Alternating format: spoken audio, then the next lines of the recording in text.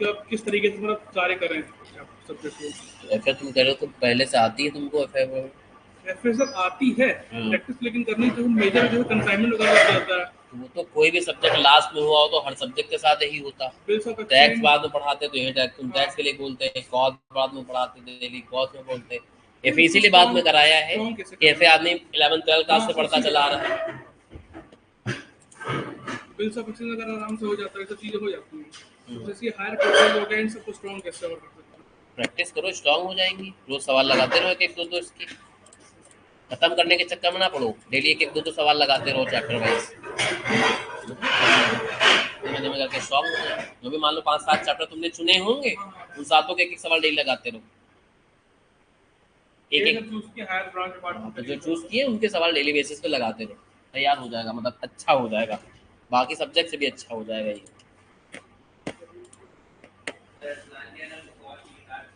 Cost की cost की ऐसे मोटी वाली किताब चाहिए, कॉस्ट की वैसे मोटी किताब नहीं आती है।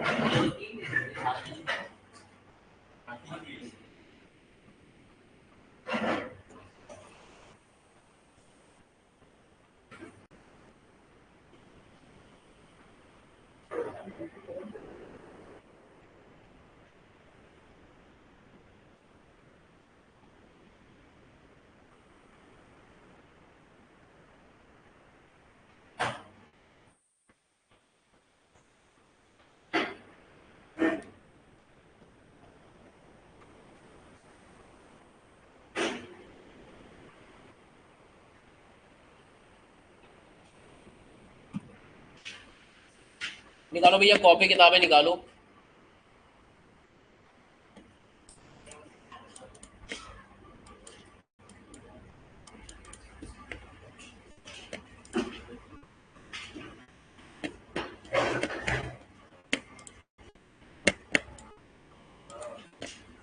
हाँ, क्या करो, कल जो सवाल होमवर्क दिया था क्या?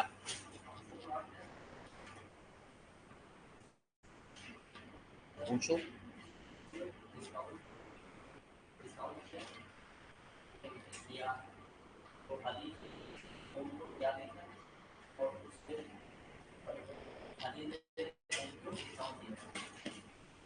हरी ने ओन को डिस्काउंट नहीं दिया है, बीआर के डिस्काउंटिंग चार्जेस है।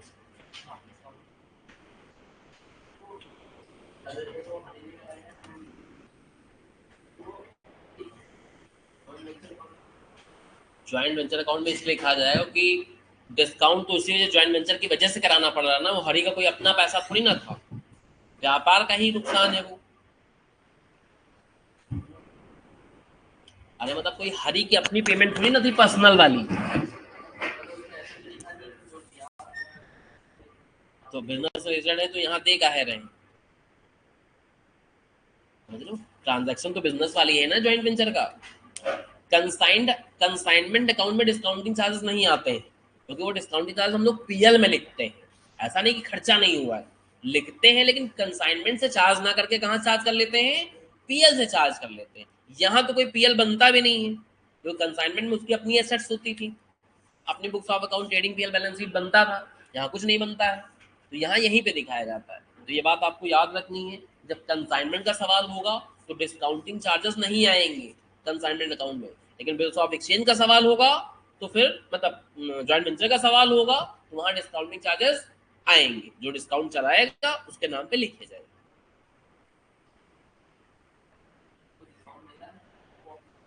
ओन डिस्काउंट ओन को कहाँ मिल रहा है बेटा? एक बिल मैंने तुम्हारे ऊपर लिखा, उसको डिस्काउंट कराया है व्यापार के पॉइंट ऑफ व्यू से, उसमें डिस्काउंट तुमको कहाँ मिल गया? ठीक है, डिस्काउंट एक्सपेंस के क्रेडिट होगा, बिल्कुल सही बात है।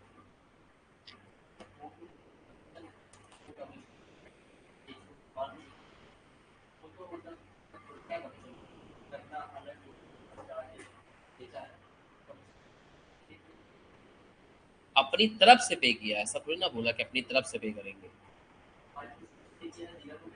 अब तुम ये सोचो, एग्जाम्पल समझना, अपने आप सेट हो जाएगा। हम तुम ज्वाइंट वेंचर के साथ में आए, ठीक है, हमारा काम है सामान खरीदना, पैसा लगाना, तुम्हारा काम है बेचना।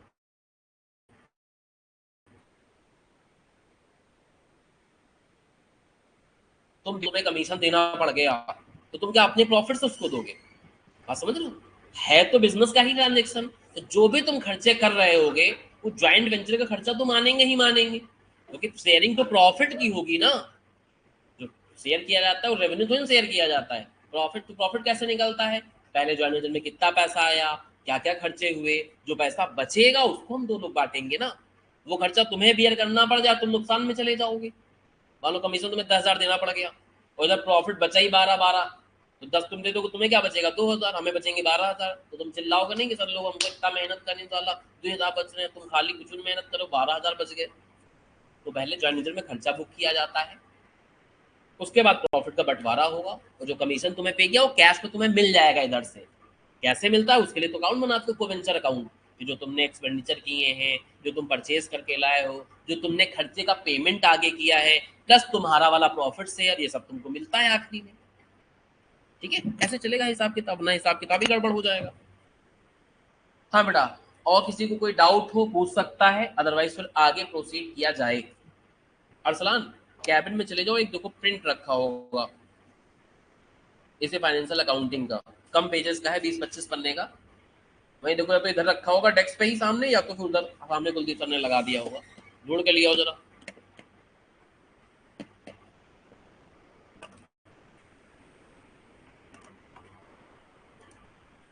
इसमें हम लोगों ने पहला क्वेश्चन कर लिया था, क्वेश्चन नंबर 2 भी लगा लिया था,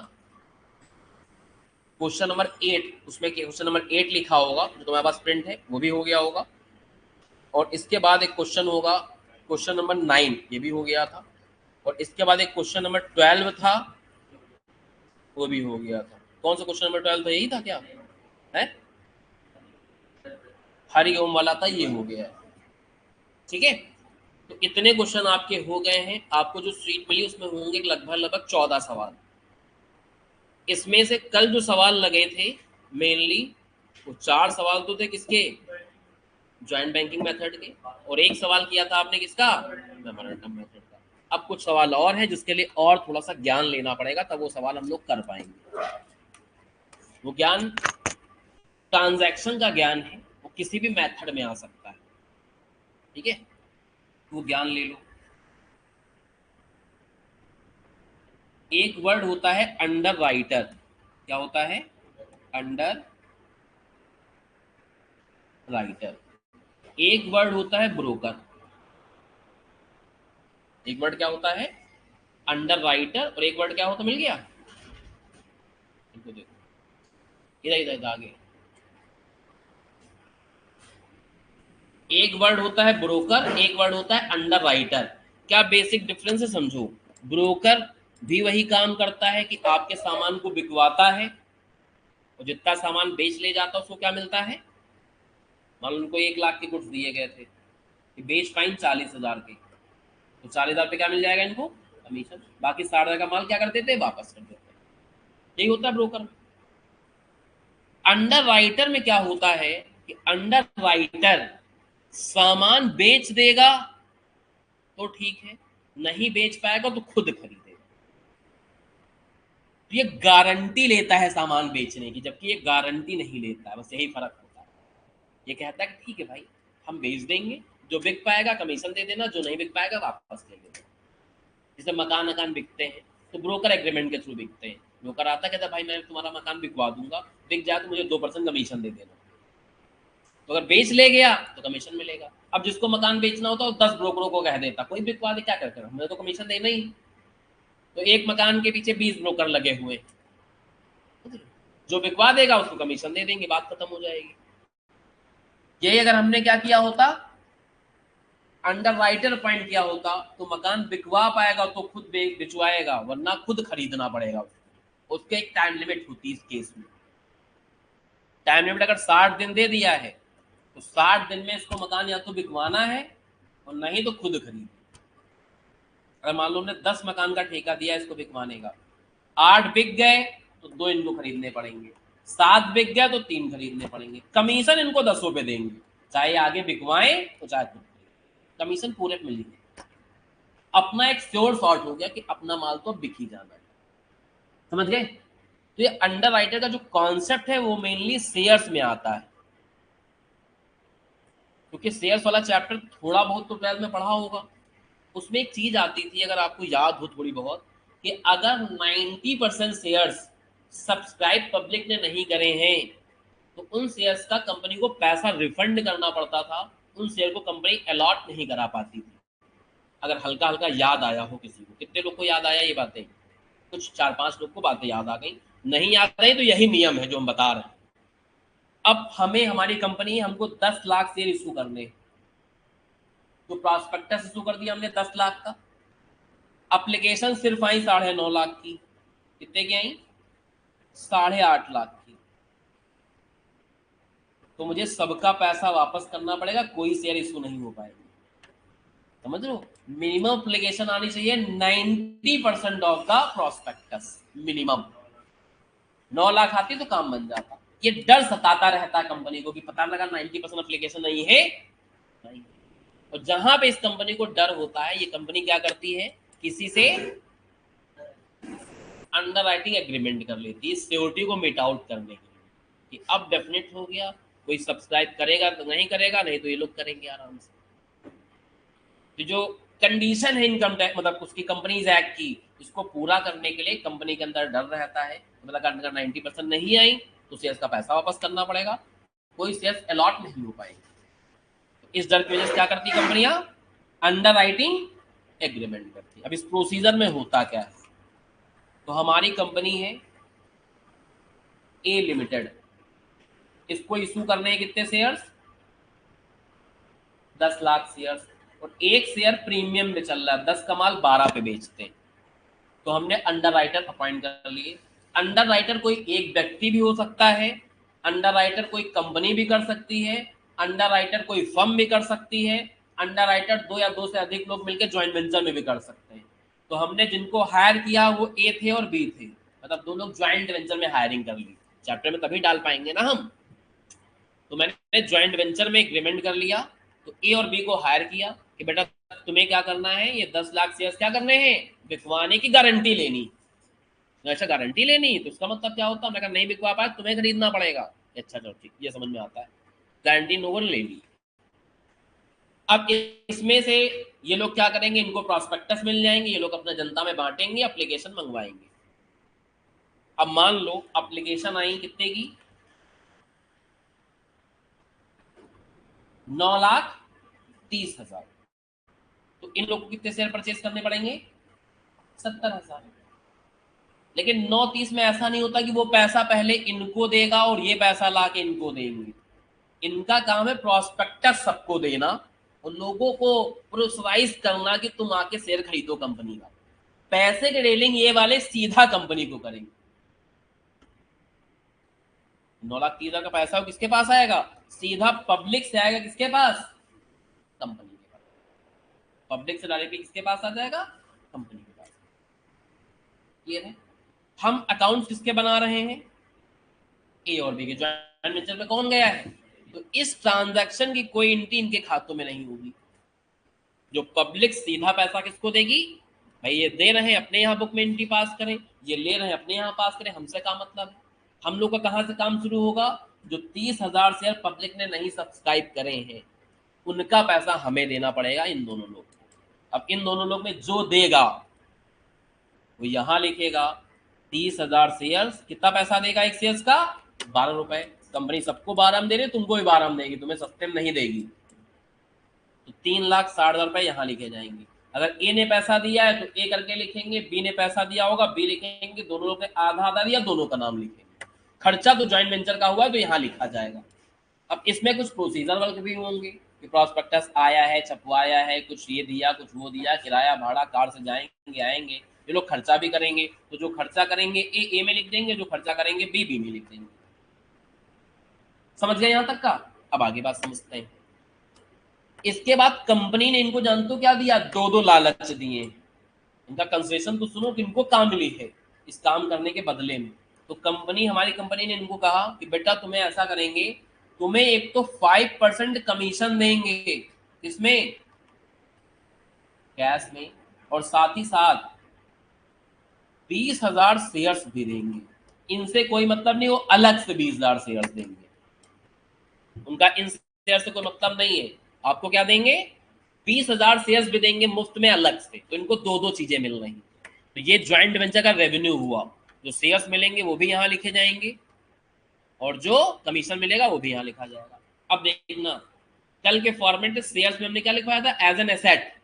रीजन ये है कि जब डीलिंग ही शेयर में हो रही होगी तो शेयर का अकाउंट फिर अलग से नहीं ओपन होगा, क्योंकि यहाँ डेली सारी किसमें हो रही है, शेयर्स में। तो शेयर्स क्या बन गया, गुड्स।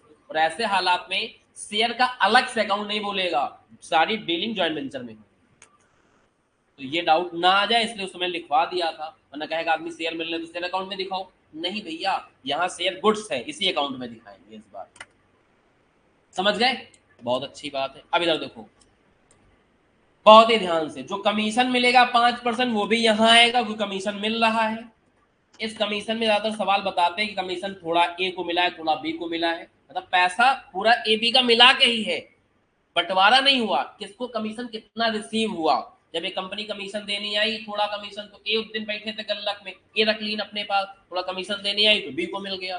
तो किस रेशियो में कमीशन इन लोगों ने रिसीव किया है वो रेशियो दे रखा होता है। पहले बात, कमीशन कैसे निकालोगे, पूरे शेयर्स पे, 10 लाख शेयर्स, एक शेयर्स कितने का है 12 रुपए, तो 10 लाख इंटू 12 इंटू 5% करोगे तो कितना आया। इस एग्जाम्पल को समझ लोगे सवाल बहुत इजीली लग जाएगा। तो टोटल कमीशन हुआ 6 लाख। सवाल कह देगा कि इसको इन लोगों ने 3/2 में रिसीव किया है, तो 6 लाख को 3/2 में बांट दो, 1,60,000, 3,60,000, 2,40,000। तो ए ने रिसीव किया 360, तो ए में दिखाएंगे 360, बी ने 240 किया तो 240 दिखाएंगे कमीशन के नाम। क्लियर है। इनके पास अब शेयर्स कितने होंगे, ए बी के पास, देखो ए बी ने 70,000 शेयर तो परचेज करे हैं, तो हाँ जिसकी एप्लीकेशन कम आई थी, और 20,000 शेयर मुफ्त तो मिले हैं इनको। तो इनके पास आज की तारीख में कितने शेयर्स होंगे, इस शेयर्स का अचार नहीं डालते हैं, इस शेयर को मार्केट में ले आके किसी को छुआ देंगे, मतलब बेच देंगे। तो या तो इन शेयर को क्या कर लेगा, किसी को बेच देंगे, या तो इन शेयर को कोई एक को वेंचर टेक ओवर कर लेगा। तो अगर कोई टेक ओवर कर लेगा तो उसकी वैल्यू उसको वेंचर में लिख देंगे, बेचे जा रहे हैं तो कहाँ लिख देंगे, बैंक में लिख देंगे, आएंगे इधर ही, तो इनसे जो पैसा प्राप्त हुआ वो लिखेंगे। बिक जाएंगे तो पैसा लिखेंगे, कोई कोवेंचर ले जाएगा तो एग्रीड वैल्यू में इधर डाल देंगे, प्लस माइनस कर लेंगे, इनका प्रॉफिट आ जाएगा। समझ गए। तो ये ट्रांजैक्शन है जिससे अंडरराइटर में क्या क्या डीलिंग होती, कैसे कैसे डीलिंग होती है, किसका पैसा पब्लिक डायरेक्टली कंपनी को देगी, कितने शेयर इनको परचेज करने पड़ेंगे, इनके पास कौन कौन से शेयर्स आ जाएंगे, कमीशन कैसे निकाला जाता है, वो सब यहाँ से आप सीख पाए हो। तो सवाल लगाने में ज्यादा परेशानी नहीं होगी, ट्रांजैक्शन आपने दिमाग में बसा लिया। इसमें कोई भी डाउट हो, कोई प्रोसीजर समझने में, तो अपना डाउट पूछ सकते हो, अदरवाइज फिर आगे हम प्रोसीड करेंगे।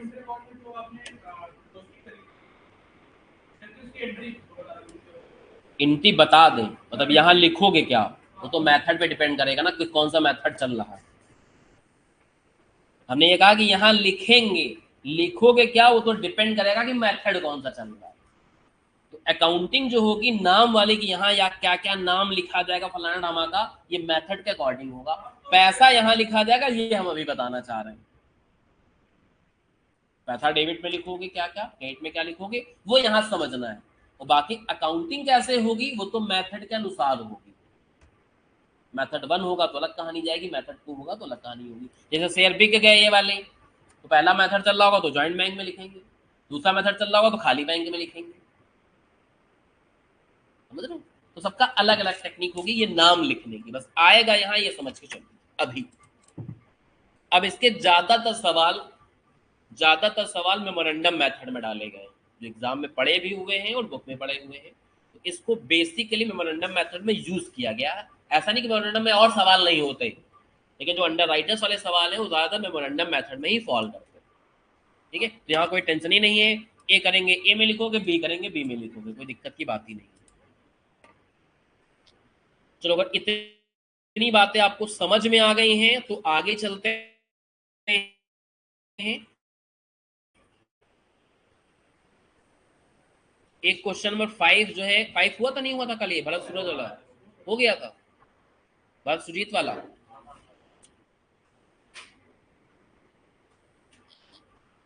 चलो तो मतलब टोटल 6 सवाल लग गए हैं, 5 सवाल क्लास में कराए गए थे, एक होमवर्क में दिया गया था। अब आ जाओ, ये क्वेश्चन है, क्वेश्चन नंबर हो सकता है आपके में आगे पीछे हो, कोई बात नहीं, देख लो कौन सा है। 7 ही, बहुत बढ़िया बात है। और सवाल पढ़ते हैं।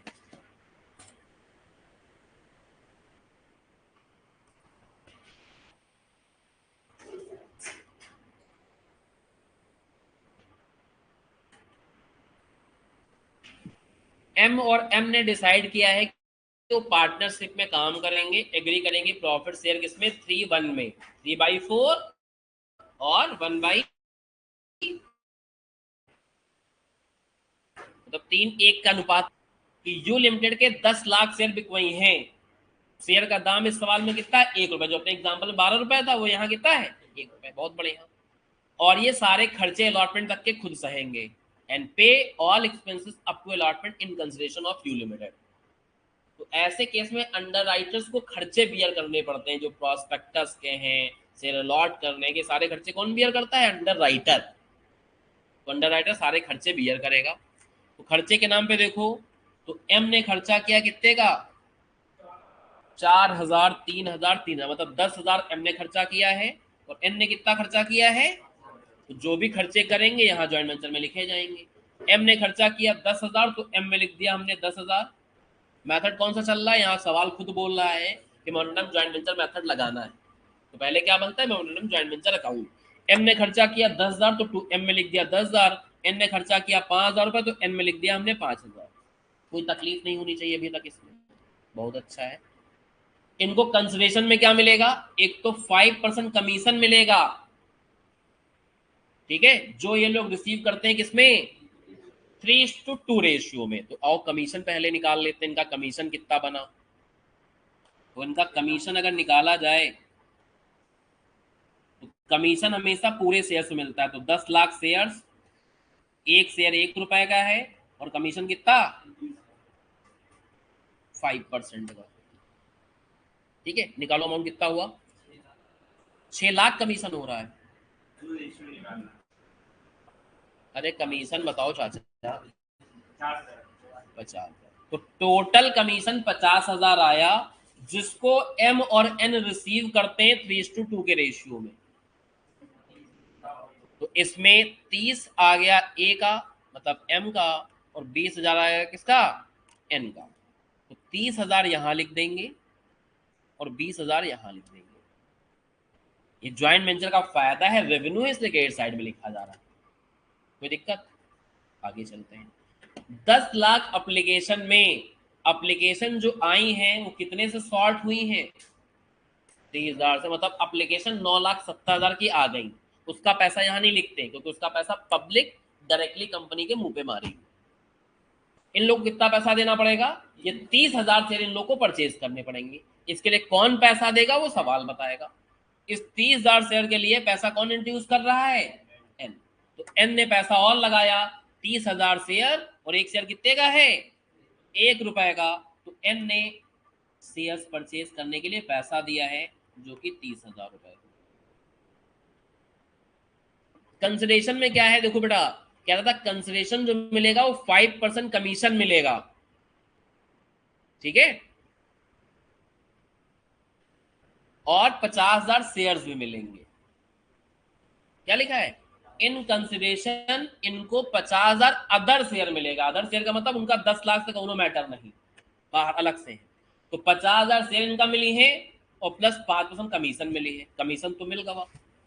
अब देखो इनके पास शेयर कितने आ गए, 30,000 शेयर तो वो जो परचेज किए, और 50,000 शेयर वो जो फ्री में मिले।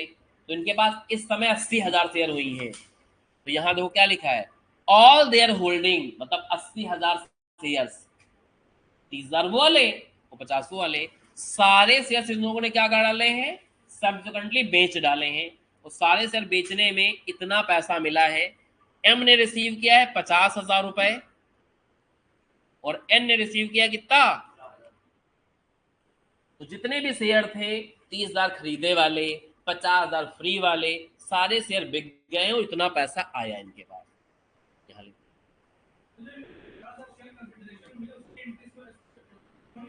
पैसा कहाँ आया, पैसा कहीं गया, बताओ। मॉनेटरी ट्रांजेक्शन रिकॉर्ड करते हो ना अकाउंट्स में, तो 50,000 तो फ्रेम में मिले, उनका रिकॉर्ड नहीं किए जाएंगे। जब उनको बेचोगे पैसा आएगा तो रिकॉर्ड किया हमने। हाँ तुम लिख तो रहे, पैसा लिखा तो बेचने के बाद। अब एक बार मिलते हुए भी लिख दें, एक बार बेचते हुए लिख दें, 4 बार लिख दें क्या? समझ लो, तुम्हारे पास शेयर आया लेकिन रहा कहाँ? शेयर तुम बेच खाए हो ना, तो बेचने के बाद अल्टीमेटली क्या आया है? पैसा तो लिखेंगे। ठीक है, तो जो तुम्हें मिला अल्टीमेटली वो लिखोगे ना। टेक्निकली शेयर मिला तो, लेकिन शेयर है कहाँ तुम्हारे पास? शेयर क्या हो गए? बेच डाला, आखिरी में पैसा आया तो पैसा लिखा। अगर 2 बार लिखते तो गलत हो जाता। एक बार शेयर रिसीव करते समय लिखते, फिर उनको बेचते समय फिर लिखते, तो 2 दफा नहीं हो जाता, गलत हो जाता काम। तो इन लोगों ने इतना खर्चा किया है और अल्टीमेटली इतना पैसा इनके पास आया। इधर इनफ्लो लिखा, मतलब इधर इनफ्लो लिखा क्या क्या इनके पास आया, और इधर लिखा क्या क्या इनके पास से डिफरेंस। प्रॉफिट बात खत्म हुई। जो निकालो भाई डिफरेंस कितना आया। टोटल आ रहा है 1,18,000 रुपए। उसमें से अगर ये खर्चे माइनस कर दोगे तो 73,000 का प्रॉफिट आ जाएगा, जो 3:1 के रेशियो में शेयर किया जाएगा। तो ये आ रहा है 54,750 और दूसरा वाला आ गया 18,250। कोई तकलीफ? मेथड चल रहा है मेमोरेंडम ज्वाइंट वेंचर, तो एक कॉमन बनता है मेमोरेंडम ज्वाइंट वेंचर, उसके बाद क्या बनता है? दोनों की बुक्स में अलग अलग होता है। एम की बुक में एम के ट्रांजेक्शन रिकॉर्ड किए जाएंगे और एन की बुक्स में एन के, जैसा कल बताया था। तो ये एम के खर्चे 10,000 तो यहां लिख देंगे, ये एन के खर्चे हैं तो एन वाले में लिख देंगे। ठीक है, एन ने खर्चे किए शेयर परचेज करने के लिए तो एन में लिख देंगे। एम का जो प्रॉफिट शेयर है वो एम में लिख देंगे, एन का जो प्रॉफिट शेयर है वो एन में लिख देंगे। उसी अकाउंट से 2 बाइफरकेशन हो जाते हैं, जो एम की चीजें एम में घुसेड़ दो, जो एन की चीजें एन में घुसेड़ दो। इसी तरह एम, एम को जो कमीशन मिला वो भी एम में लिख देंगे, जो एन को कमीशन मिला वो एन में लिख देंगे। जो एम को सेल प्रोसीड का पैसा मिला एम में लिख दो, जो एन को सेल प्रोसीड का मिला पैसा वो कहाँ लिख दो? एम में लिख दो। इसके बाद निकाल लोगे बैलेंसिंग फिगर, जो सेटलमेंट हो जाता है।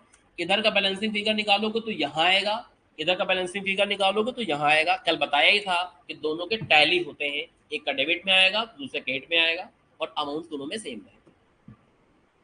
क्लियर हो गया?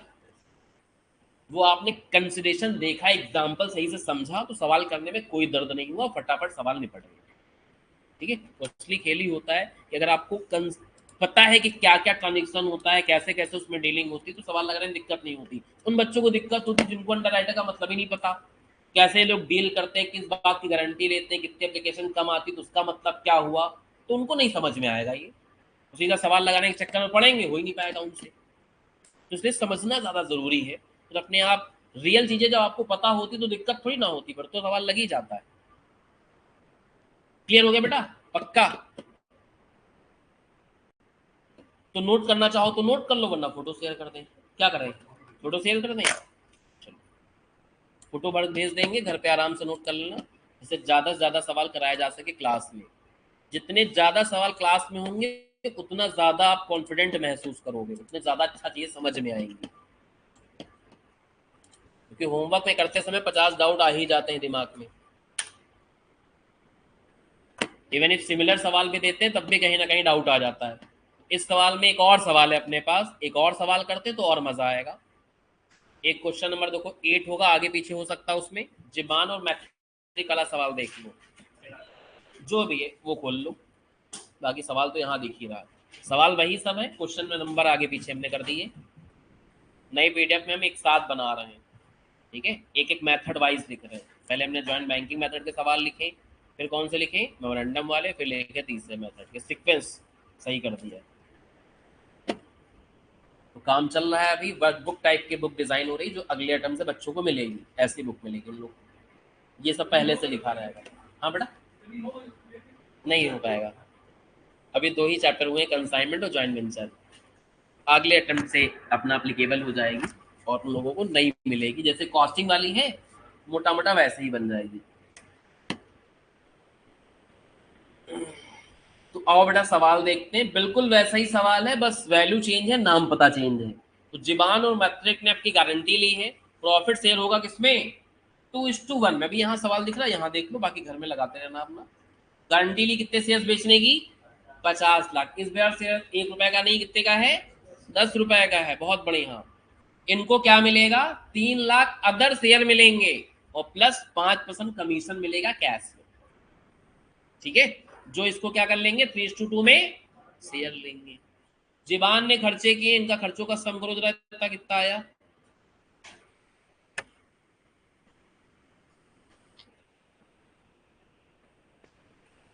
जीबान ने जितने खर्चे किए इनका सम बताओ। 6,42,000। तो पहले जीबान ने खर्चे किए 6,42,000 रुपए और मित्रिक ने खर्चे किए कितने? 2,10,000। कमीशन भी इसी समय कैलकुलेट कर लेते हैं कि इनका कमीशन कितना होगा। बिकवाने का 50 लाख शेयर्स बेचने का वादा किया है, गारंटी ली है, एक शेयर्स का प्राइस 10 रुपए है और कमीशन 5%। 25 लाख और इसको जीबान और मित्रिक ने रिसीव किया 3:2 के रेशियो में। ये कमीशन इनको मिल जाएगा 15 लाख रुपए और 10 लाख रुपए। आगे चलते हैं। अप्लीकेशन इस बार कम कितने से आई है? 1,20,000 के लिए और इसका मित्रिक ने पैसा दिया है। पैसा निकालना चाहो तो निकाल सकते हो। एक शेयर कितने का है? 10 रुपए का। 1,20,000 एप्लीकेशन कम आई है। ये अगर पैसा ना भी दे रखा होता तो भी तुम निकाल सकते कि भैया 12 लाख खर्चा हो रहा है, तो ये 12 लाख किसने खर्चा किया है? तो इसका पेमेंट मित्रिक ने किया है। तो मित्रिक ने 12 लाख रुपए और खर्चा किए शेयर्स को खरीदने में। काम पूरा हो गया है। इनको 3 लाख शेयर्स में मिल गए, कमीशन में मिल गया। अब इनके पास कितनी होल्डिंग थी? 3 लाख शेयर फ्री वाले और प्लस 1,20,000 जो शेयर खरीदा है। टोटल शेयर्स हो गए 420। कभी कभी ऐसे होगा ना, ऐसे बोलेगा all their holding sold at the rate of 2 rupees per share, तब तुम्हारी रंगा लग जाएगी। तब तो आपको निकालना पड़ेगा ना, इसलिए बार बार एक्सप्लेन करता जा रहा हूँ। इन सवाल में तो दे रखा है कितने कितने में बिके। कभी कभी क्या होगा, पर शेयर बिक्री वैल्यू देगा, तब आपको उस समय के लिए दिमाग लगाना पड़ेगा कि ऑल देयर होल्डिंग का मतलब क्या है। ऑल देयर का मतलब जो शेयर खरीदे हैं वो भी और जो फ्री फंड में मिले वो भी। टोटल 420 शेयर मिले हैं और सारे पैसे दे रखे हैं। इनको बेच के जिबान ने कलेक्ट किए कितने लाख रुपए? 25 लाख और मित्रिक ने कवर किए कितने? 1250। सवाल कंप्लीट हो गया। प्लस माइनस करो, प्रॉफिट निकल जाएगा।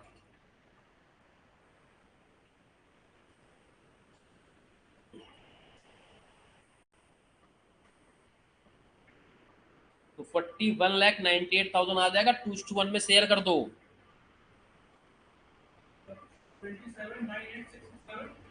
27,98,667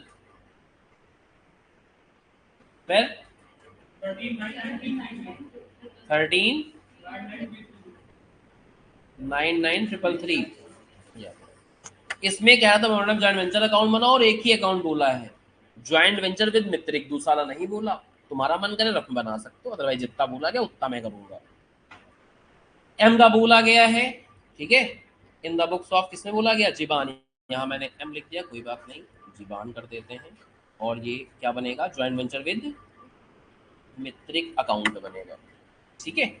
अब इसमें जीबान के खर्चे लिखे जाएंगे 6,42,000। जीबान का प्रॉफिट शेयर लिखा जाएगा 27,98,667 रुपए। जीबान का कमीशन लिखा जाएगा 15 लाख रुपए। जीबान का सेल प्रोसीड लिखा जाएगा 25 लाख रुपए। प्लस माइनस करोगे ये सेटलमेंट आ जाएगा इनका।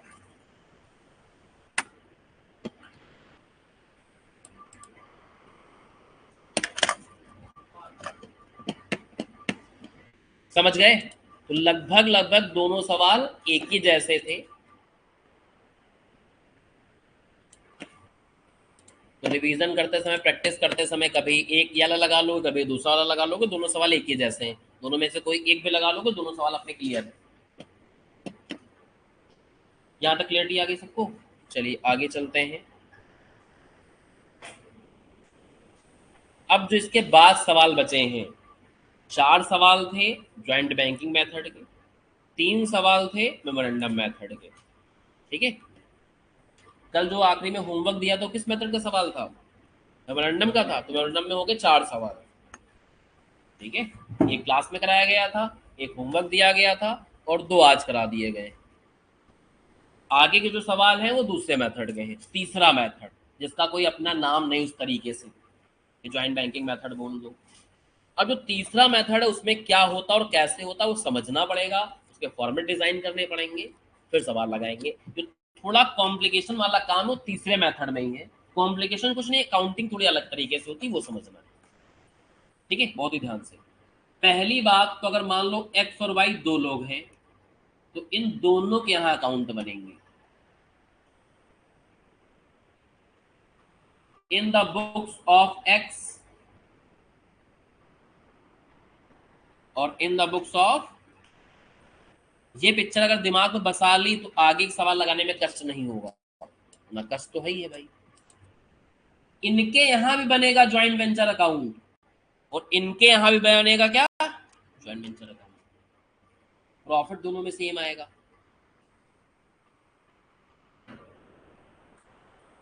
पहले क्या क्या बनेंगे वो तो समझो।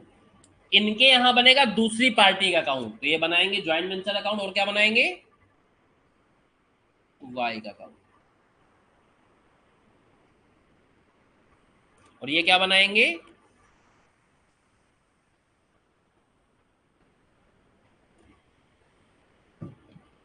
अब ज्वाइंट वेंचर अकाउंट बनाएंगे तो होगा मेमोरेंडम टेक्निक पे, बस एक का फर्क है। जो जो ट्रांजैक्शन एक्स करेंगे, नियम वही होगा, खर्चे इधर आएंगे, गुड्स सप्लाइड इधर आएंगे, परचेज इधर आएगा, सेल इधर आएगा, टेकन ओवर आएगा। नियम नहीं बदलेगा, साइड नहीं चेंज होगी कि इस मेथड में सेल इधर आने लगे, ऐसा थोड़ी ना होगा। तो नियम रहे रहेंगे कि खर्चे, गुड्स सप्लाइड, रेवेन्यू वगैरह इधर, मतलब ये सब खर्चे से इधर आएंगे, और जो रेवेन्यू वाली बातें वो इधर आएंगी, उसका नियम कानून नहीं चेंज होगा। बस चेंज होती लिखावटें, अकाउंट बनाने के तरीके। ठीक है, अब समझो, जो भी ट्रांजेक्शन एक्स करेंगे वो एक्स के नाम पे नहीं लिखे जाएंगे, क्योंकि एक्स की बुक्स में बना रहे हो। और जो ट्रांजेक्शन वाई करेंगे वाई के नाम में ही लिखे जाएंगे, कुछ भी कर ले भाई। ये बात आपको ध्यान रखनी है। आधे लोग को बात समझ में नहीं आई, समझाते हैं।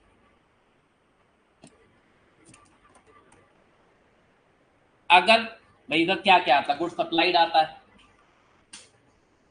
तो अगर एक्स ने गुड्स सप्लाई किया होगा तो लिखेंगे गुड्स के नाम पे, और वाई सप्लाई करेंगे तो किसके नाम पे लिखेंगे, ये आ गया गुड्स सप्लाइड। जिसकी बुक होंगी वो सप्लाई करेगा तो गुड्स के नाम पे लिखोगे, और दूसरा सप्लाई करेगा तो किसके नाम पे लिखेंगे, उसके नाम पे। इसी तरह परचेजेस, अगर एक्स परचेज करेंगे तो बैंक के नाम पे लिखेंगे, और वाई परचेज करेंगे तो वाई के नाम पे लिखेंगे। यही बता रहे थे हिंदी में कि दूसरी पार्टी जो भी कुछ करेगी वो उसके नाम में ही आएगा। वो सप्लाई करेगा तो भी वाई लिखना है, परचेज करेगा तो भी वाई लिखना है।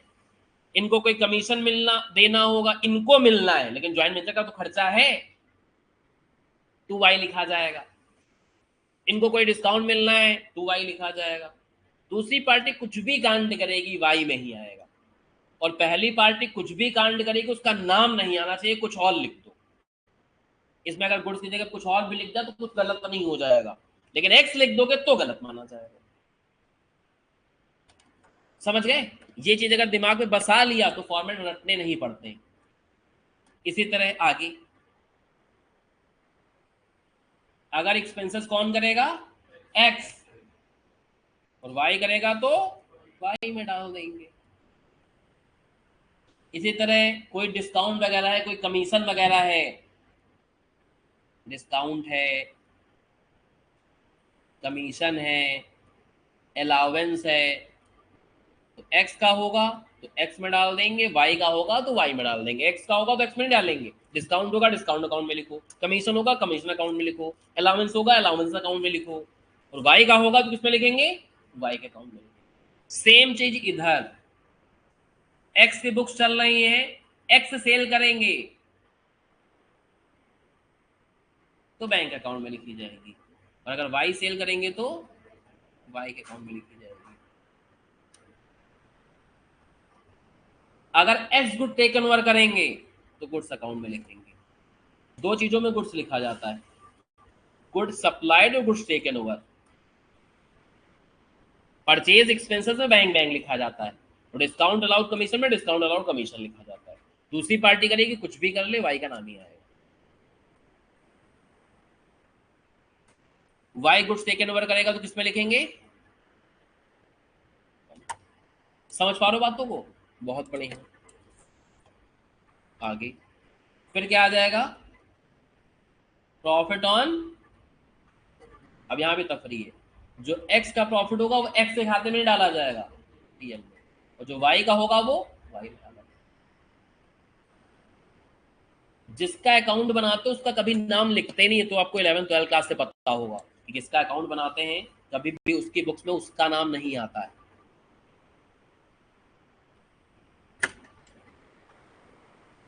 समझ में आ गया ये? और वाई के अकाउंट में कुछ नहीं होगा, जहां जहां वाई है उनकी क्रॉस पोस्टिंग ठूस दो। और एक चीज और आएगी, अगर कभी वाई एक्स को, मतलब इन दोनों के बीच में कोई पैसे का लेन देन होगा या कोई बीआर का लेन देन होगा, तो इस अकाउंट में नहीं आएगा, इस अकाउंट में आएगा। कहाँ आएगा, कैसे लिखा जाएगा, वो इंटिक करके आपको समझ में आएगा, रटने वाली बात नहीं। जैसे मान लो एक्स ने वाई को पैसा दिया होगा, तो एक्स की पुस्तकों में क्या एंट्री पास करेगा वो? वाई डेबिट टू बैंक, इसकी पोस्टिंग डाल दो वाई के खाते में, काम खत्म हो जाएगा।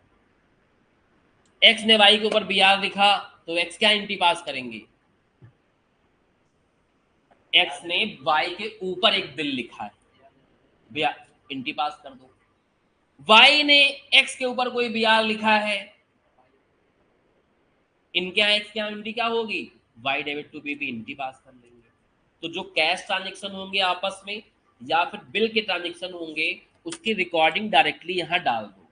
तो इसमें मैं लिख रहा हूँ कि आता क्या क्या है, पोस्टिंग लिखूंगा गड़बड़ हो जाएगा, बात कभी इधर बीआर लिखेंगे कभी इधर बीपी लिखेंगे, कंफ्यूजन होगी तुम्हें। तो 3 चीजें आती हैं इसमें, सिर्फ 3 आइटम आते हैं। एक तो कोई एडवांस, चाहे एडवांस दिए कोई, तो चाहे क्या करें, एक देगा तो एक रिसीव करेगा, आएगा। दूसरा बीआर एंड बीपी, और तीसरा फाइनल सेटलमेंट, जो बैलेंसिंग फिगर होगा। इसके अलावा कुछ नहीं आता इसमें। तो आप बात रख लो कि एडवांस अगर कोई पैसे का लेन देन होगा वो आएगा, बीआर बीपी आएगा, और क्रॉस पोस्टिंग, क्रॉस पोस्टिंग तो लिखना भूल ही गया मैं, ऊपर वाले अकाउंट से क्या आ जाएंगे आपकी क्रॉस पोस्टिंग आ जाएंगी। और चौथे नंबर पे आ जाएगा आपका सेटलमेंट, जो बैलेंसिंग फिगर होगा। इसके अलावा कुछ इसमें नहीं आता, ऐसे याद रखो। इसी तरीके से इनके यहाँ अकाउंट बनेंगे, अकाउंट तो यही होगा, पैसे एक एक पैसा वही लिखा जाएगा, बस फर्क क्या आ जाएगा, जब यही इनके यहाँ बनाएंगे तो जो इन्होंने गुड्स सप्लाई किया होगा वो गुड्स में लिखेंगे, जो एक्स सप्लाई करते होंगे वो एक्स के खाते में डालेंगे। एक बार टेक्निक समझ गए तो इनके यहाँ बन जाएगा। क्लियर हो गया फंडा? पक्का बना दें इनके यहाँ भी, एक बार बना के दिखा दें, समझ जाओगे ना। तो इतनी कहानी है इस मेथड की। कभी कभी इस मेथड में क्या होता है, एक आधा एजेंट भी रख दिया जाएगा, मतलब एक्स वाई इतने बड़े आदमी हो जाएंगे, कहेंगे भाई हम नहीं माल बेचेंगे, कहेंगे हम लोग जॉइंट वेंचर में काम करते हैं, बेचने के लिए अलग से रखते हैं एजेंट। तो एजेंट रखा गया होगा, तो जो जो कांड एजेंट करेगा एजेंट के नाम पे डालेंगे। जैसे कोई एजेंट रखा गया तो सेल कौन कर रहा है, तो यहां लिख देंगे बाई जेड अकाउंट, जो खर्चे एजेंट करेगा यहां लिख देंगे टू जेड। अपना नाम नहीं लिख सकते ना, बाकी जो दूसरा को वेंचर करेगा या एजेंट करेगा उसके नाम पे ही चढ़ाया जाएगा। और ऐसे हालात में एक अकाउंट और बन जाएगा, एजेंट का अकाउंट। आपको याद रखना है कि जिसकी बुक्स होंगी उसके ट्रांजैक्शन उसके नाम पे नहीं चढ़ाए जाएंगे, और बाकी दोनों पार्टी जितनी पार्टी होंगी उनके ट्रांजैक्शन उन्हीं के नाम पे चढ़ाए जाएंगे। बात खत्म होती है। इतना अगर समझ लोगे तो इस मेथड के सवाल लगाने में ज्यादा पेन नहीं होगा। यहां तक क्लियर हुआ सबको? तो इसका फॉर्मेट डेवलप करोगे, बनाओगे? बना लो फटाफट।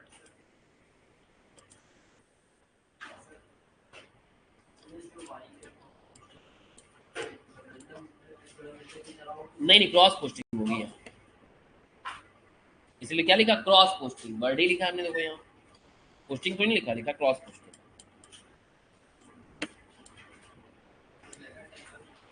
मेथड का नाम है when each coventurer kept books of record for all transaction. नाम बड़ा खतरनाक है। मेथड 3 लिख लो बस, थर्ड मेथड लिखो, मेथड 3। सवाल तो समझ ही जाओगे कि कौन सा मेथड लग रहा है, उसकी टेंशन नहीं है। इसको मेथड 3 ये बोलते हैं हम। कौन इतना बड़ा नाम याद रखे।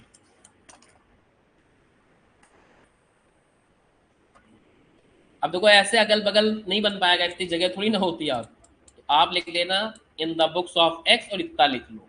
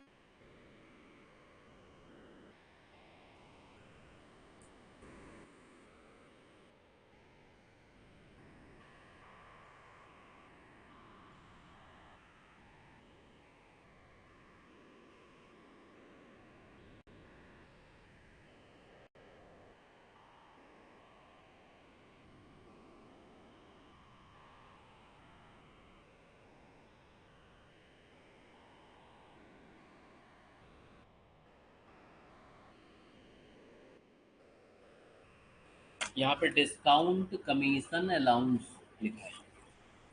डिस्काउंट है, कमीशन है, अलाउंस है, जो होगा नाम लिख दोगे। अब इसमें कभी कभी बच्चा कहता है सर अगर परचेज को हमने परचेज लिख दिया तो क्या हो जाएगा। कुछ नहीं हो जाएगा, उसकी कहीं पोस्टिंग आनी नहीं।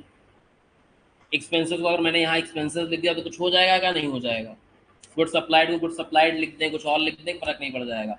ये फर्क कब पड़ेगा जब तुम यहाँ एक्स लिख दोगे या वाई वाले में तुम गुड्स अकाउंट लिख दोगे, तो पोस्टिंग नहीं आएगी, गड़बड़ हो जाएगा।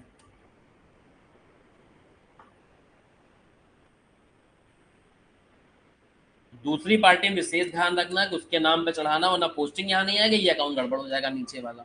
बाकी उस अकाउंट तो वह भी टैली हो जाएगा। प्रॉफिट किसी की गलत थोड़ी ना आता है, प्रॉफिट तो सबका सही आता है। लेकिन ये चीज़ें सही से ना लिखने की वजह से इस अकाउंट में कभी ना कभी गड़बड़ हो जाता है, अगर वो चीज़ सही आपने नहीं लिखी तो या फिर BRBP का ट्रांजेक्शन तुमने नहीं सही से किया, जो एडवांस वगैरह पैसा दिया लेगा उसकी पोस्टिंग सही से नहीं डाल पाए, तो वहाँ आदमी काम गड़बड़ कर देता है। हाँ बेटा क्या बता रहे हो? नीचे ऊपर नीचे किधर करना है? तो इसके नीचे लिखो in the books of Y, उसमें दो अकाउंट के नाम लिख लो कि जॉइंट वेंचर अकाउंट बनेगा, एक्स का अकाउंट बनेगा। बनेगा इसी तरीके से, इससे आपको ये पता हो जाए कि भाई उसकी पुस्तकों में भी अकाउंट बनते हैं। ऐसा ना लगे कि ऐसा लगेगा तुम्हें केवल एक्स की पुस्तकों में अकाउंट बनाते हैं।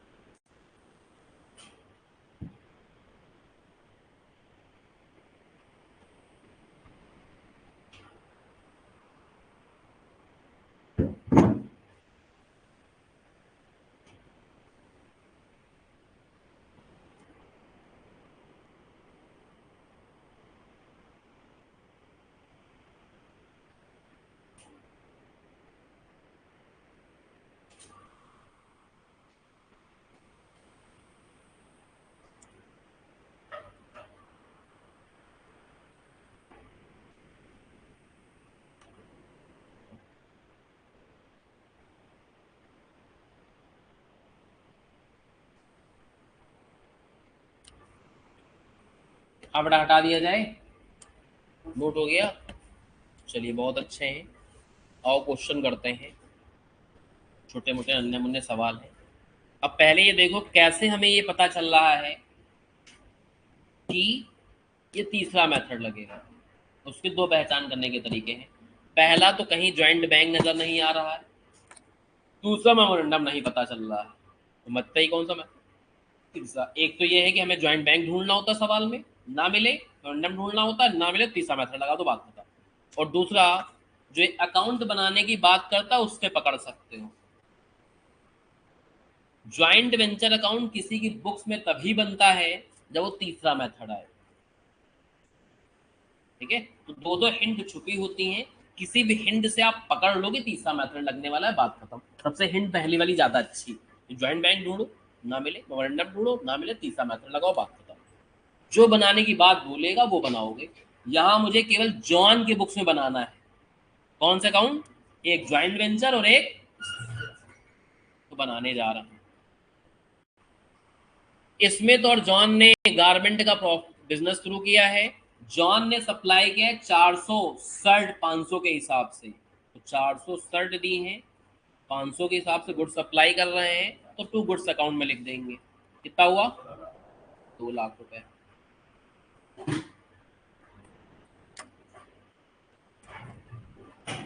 इसके बाद इन्होंने खर्चे भी किए, कितने के? जॉन ही खर्चा कर रहा है तो टू बैंक अकाउंट में लिखेंगे एक्सपेंसेस में। फिर स्मिथ ने सप्लाई किया 500 शूटिंग 480 के हिसाब से, तो आप स्मिथ रख रहे हैं तो उसमें नहीं लिखेंगे, स्मिथ के अकाउंट में लिखेंगे, टू स्मिथ अकाउंट। कितना? स्मिथ ने खर्चा भी किया है, कितना? जॉन ने एडवांस दिया है स्मिथ को। अब बुक्स किसकी हैं? जॉन की। जॉन अगर स्मिथ को एडवांस देंगे तो एंट्री क्या बनेगी एडवांस की? एक दो सवालों में एडवांस की एंट्री भी लिख देंगे जिससे तकलीफ ना हो। जॉन पैसा दे रहे हैं किसको? स्मिथ को, तो एंट्री क्या बनाएंगे? स्मिथ डेबिट टू बैंक या कैश 50,000। अब इसकी पोस्टिंग स्मिथ अकाउंट में आ जाएगी। क्या लिखोगे? टू बैंक, वही लिख दिया यहाँ, टू बैंक में 50,000 रुपए।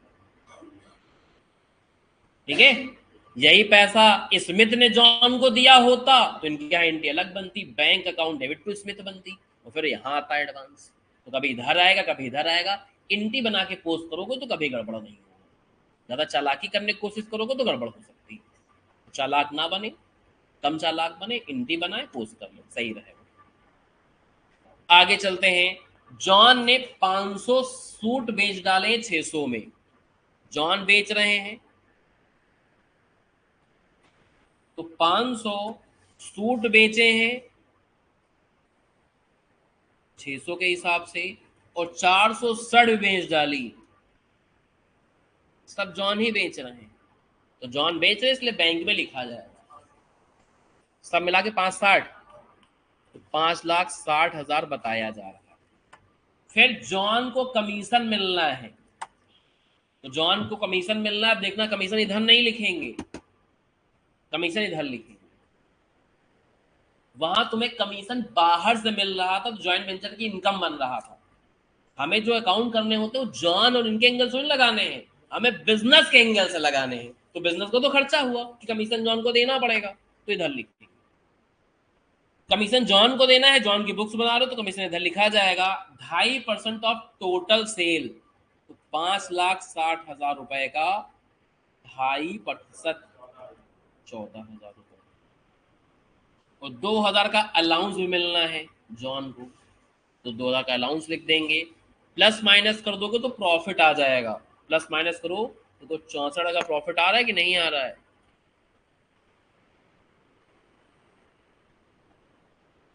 और इस प्रॉफिट को इनको शेयर करना है 5:3 के अनुपात में।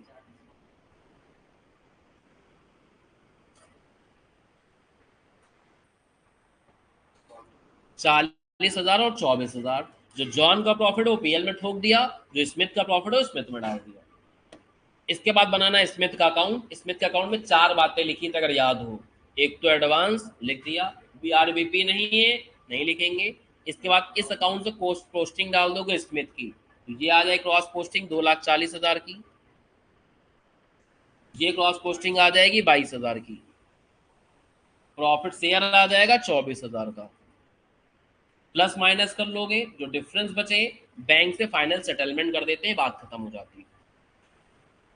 तो इधर आ रहा है 2,86,000, तो इधर भी आ रहा है 2,86,000। कोई दिक्कत हो, कोई परेशानी हो, अपना डाउट पूछो। नहीं परेशानी है तो आगे बढ़े। हाँ बेटा, किसी कोई डाउट है इसमें?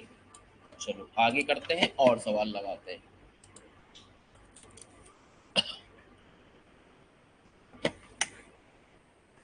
नेक्स्ट क्वेश्चन देखो, क्वेश्चन नंबर 10। क्वेश्चन नंबर आगे पीछे हो सकता है, अभी यहीं से देखो, वही सारे सवाल, कोई नया सवाल नहीं है। अब यहीं से देख लो, सारे वही सवाल है। तो क्वेश्चन नंबर उसमें आगे पीछे पड़े होंगे, उसको टेंशन ना लो। अनिल और मुकेश ज्वाइंट वेंचर में आते हैं और एक काम को परफॉर्म करेंगे 2,40,000 में। किसी काम को करने का ठेका ले लिया है, कंस्ट्रक्शन वाला है, तभी तो मटेरियल सीमेंट ये सब लग रहा है। तो कुछ बनाने का ठेका होगा, मकान दुकान। कितने ठेका ली है? 2,40,000 का। और काम पूरा हो जाएगा तो ये पैसे किसने रिसीव किए हैं? यहां देखो दोनों पुस्तकों में कह रहा है अनिल के बुक्स में ज्वाइंट वेंचर अकाउंट बनाओ, मुकेश का अकाउंट बनाओ, और मुकेश के बुक्स में ज्वाइंट वेंचर अकाउंट बनाओ, अनिल का अकाउंट बनाओ। यहाँ दोनों पुस्तकें में होगी और मजा आ जाएगा। तो पहले बात कर लेते हैं अनिल के बुक में। तो अनिल के बुक में अनिल ने खर्चा किया है कितने का? जिसकी बुक्स है वो खर्चा करेगा तो ज्वाइंट बैंक में नहीं, उसमें लिखोगे टू बैंक में। दूसरी पार्टी खर्चा करेगी तो उसके नाम में चढ़ा दोगे। 10,000 की प्लांट वैल्यू बच गया है और इसको मुकेश ले गए हैं। मुकेश ले जा रहे हैं तो भाई केस में लिखोगे दूसरी पार्टी ले जा रही है। काम पूरा हो गया और कॉन्ट्रैक्ट प्राइस किसको रिसीव हुआ है? आप ही को रिसीव हो रहा है, तो बैंक में लिखोगे। प्लस माइनस कर लोगे तो प्रॉफिट आ जाएगा। तो इस प्रॉफिट को कोई रेशियो नहीं दे रखा है सवाल में, तो बराबर बराबर बताइए तुम्हें।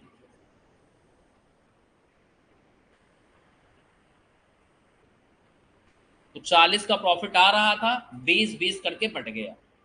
कोई तकलीफ? आगे फिर इन्हीं के बुक्स में मुकेश का अकाउंट बनाना है।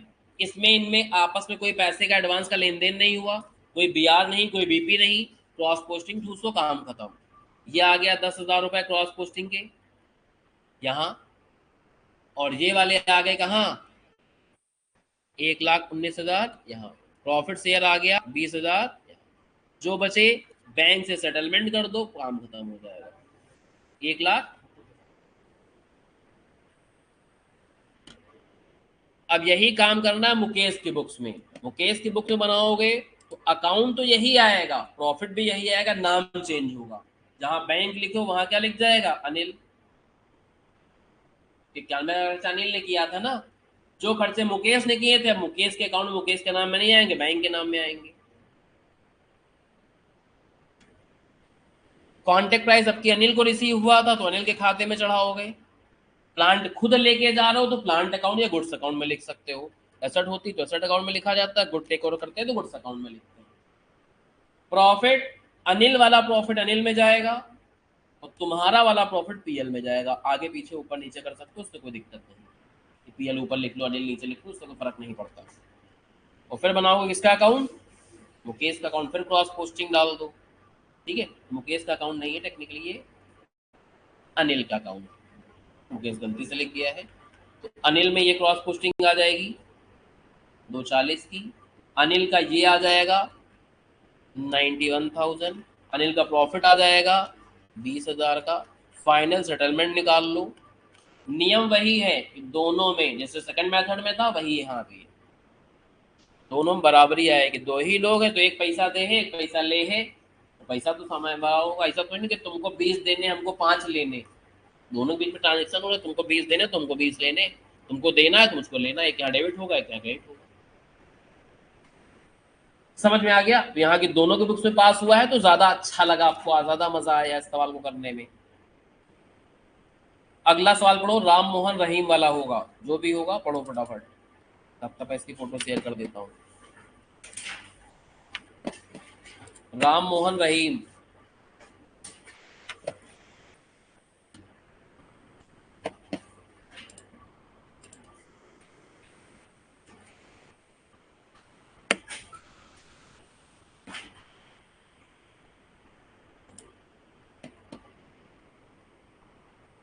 एक मिनट का समय देते हैं, सवाल एक बार पढ़ लीजिए तो ज्यादा मजा आएगा।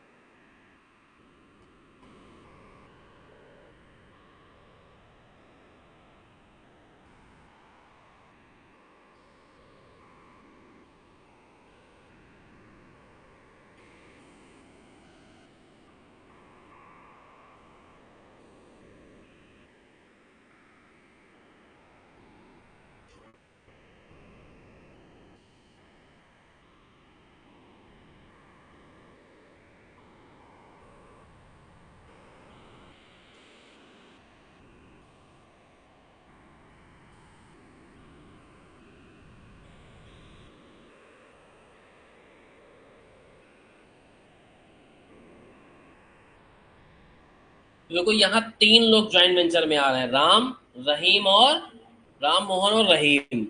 लेकिन आपको जो अकाउंटिंग करनी है किसकी बुक्स में करनी है, तो राम के पॉइंट ऑफ व्यू से चीजें लेके चलना। ठीक है, राम के पॉइंट ऑफ व्यू से चीजें लेके चलना। तीनों लोग ने 5,000 रुपए कॉन्ट्रीब्यूट किए हैं।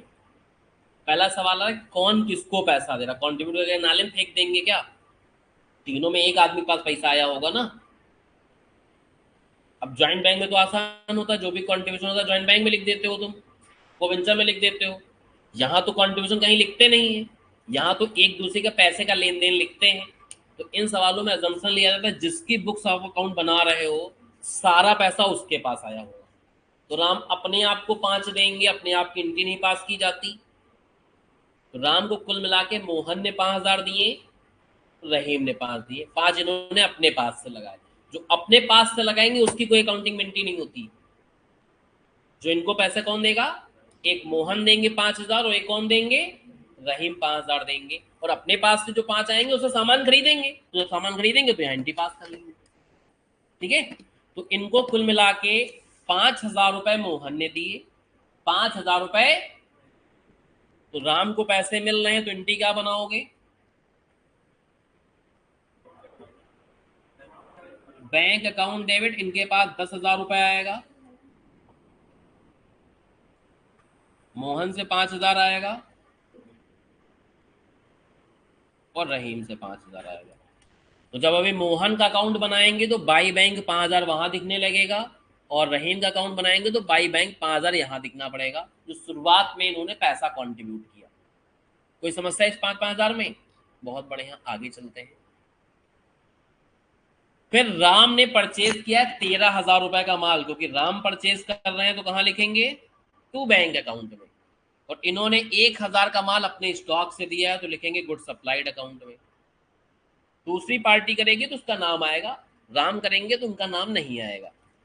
रहीम ने गुड सप्लाई किया 1,500 का, और इसमें खर्चे भी किए हैं 50 रुपए, एक साथ लिख देंगे 1,550। 1,500 गुड्स के और 50 रुपया खर्चे के। इसके बाद राम ने फिर खर्चे किए हैं 250, फिर राम के अकाउंट में नहीं आएंगे, बैंक अकाउंट में आएंगे। फिर 20,800 की सेल फिर कौन कर रहा है, राम, फिर बैंक में लिखेंगे। और राम को कमीशन मिलना है 5%, तो राम में लिख देंगे Ram was entitled to commission of 5% on sale. तो एक लाइन यहां छूट गई, राम का कमीशन, तो जो यहां लिखा जाएगा टू इसके नाम पे, कमीशन के नाम पे निकालो भैया, सेल का 5%, 1,40,000, 1,040, तो 1040। ठीक है, फिर आगे बोला है कि अनसोल्ड स्टॉक 500 का बचा था, कौन ले गया है, मोहन, तो 500 का माल मोहन लेके चले गए। प्लस माइनस करोगे प्रॉफिट आ जाएगा, निकालो जरा, देखो आ रहा है 4,460। और प्रॉफिट को किस रेशियो में बांटा जाएगा सवाल में नहीं दे रखा है, तो फिर क्या रहेगा अपना, बराबर बराबर। तो 4,460 को बराबर बराबर मात्रा में तोड़ दो, 1,000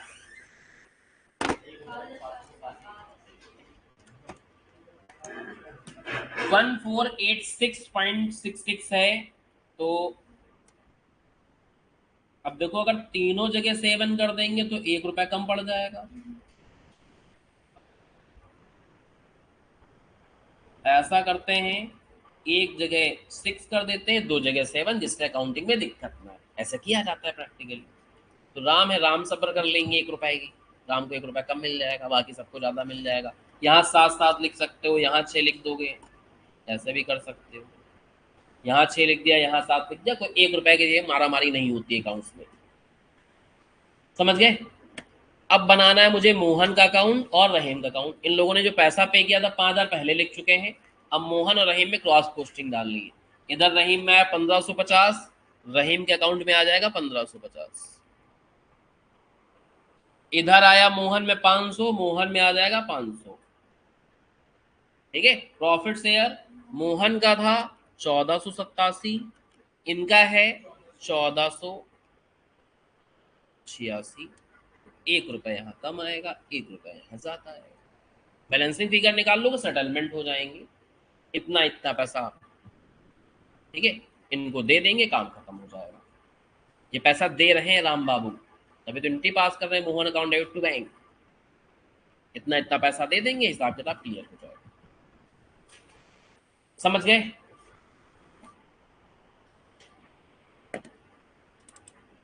अगला सवाल पढ़ो, नेक्स्ट।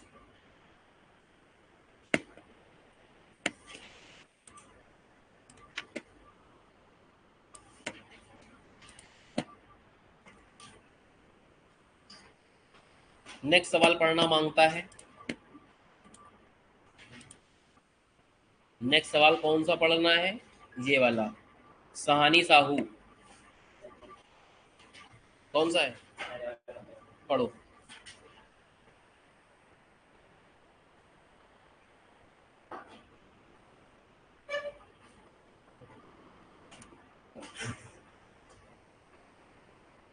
अब इसी में एजेंट अपॉइंट किया गया है। एक बार क्वेश्चन पढ़िए, क्वेश्चन पढ़ोगे तो समझ में आएगा, फिर मैं करा भी पाऊंगा।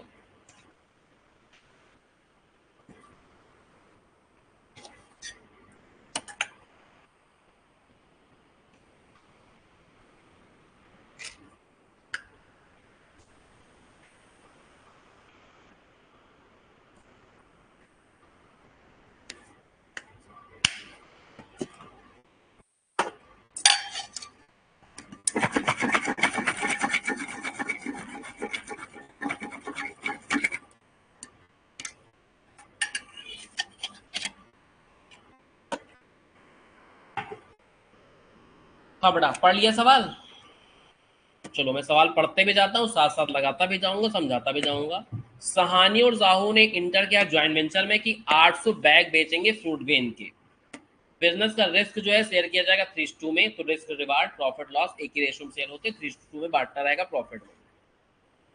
सहानी ने सप्लाई किया 400 बैग, किसकी बुक्स में बनाना है आपको? सहानी के बुक्स में, तो सहानी के पॉइंट ऑफ व्यू से बातें होंगी। सहानी सप्लाई कर रहे हैं 400 बैग 800 के हिसाब से, तो गुड्स अकाउंट में लिखेंगे 400 इंटू 800, एक 20 तो नहीं आएगा, 3 20 सही लग रहा है, तो 3,20,000 आ गया। इन्होंने खर्चे भी किए हैं, 8 और 2 10,000 रुपए इन्होंने खर्चे किए हैं, तो खर्चे किए हैं तो 10,000 रुपए यहाँ आ जाएगा एक्सपेंसेस के नाम पे, टू बैंक ब्रैकेट में एक्सपेंसेस। फिर आगे, साहू ने 400 बैग सप्लाई किए 1,000 के हिसाब से, साहू सप्लाई कर रहे हैं तो अलग कहानी होगी, तो साहू में लिखना पड़ेगा 4 लाख का, और साहू ने कुछ खर्चे भी किए हैं, 2,500 फ्रेट, 8,000 इंश्योरेंस, 500 सन्डी, सब जोड़ डालो, 8 3 11,000 रुपया, तो 11,000 साहू बाबू ने खर्चे किए हैं, तो टू एक्सपेंसेस टू साहू करके लिख दिया। फिर इन्होंने अपॉइंट किया संदीप को एज एजेंट, और एजेंट सेल कर रहा कितने की? सारे बैग बेच डाले 1200 के हिसाब से, बैग कितने थे? 800, 400 ये लाए थे, 400 ये, तो संदीप बेच रहे हैं 800 बैग 1200 के हिसाब से। इस काम के लिए संदीप को 11,000 का खर्चा है जो डिडक्ट कर लेंगे संदीप, और 5% कमीशन है, मतलब संदीप को 21,000 खर्चे के हैं और प्लस इसका 5% कमीशन सेल का, जो कि 48,000 होगा, ज्वाइंट वेंचर का खर्चा हो गया। इनको खर्चे देने 21,000 रुपया प्लस कमीशन देना है, प्लस माइनस करोगे प्रॉफिट आ जाएगा, तो इस प्रॉफिट को शेयर करना है 3:2 के रेशियो में।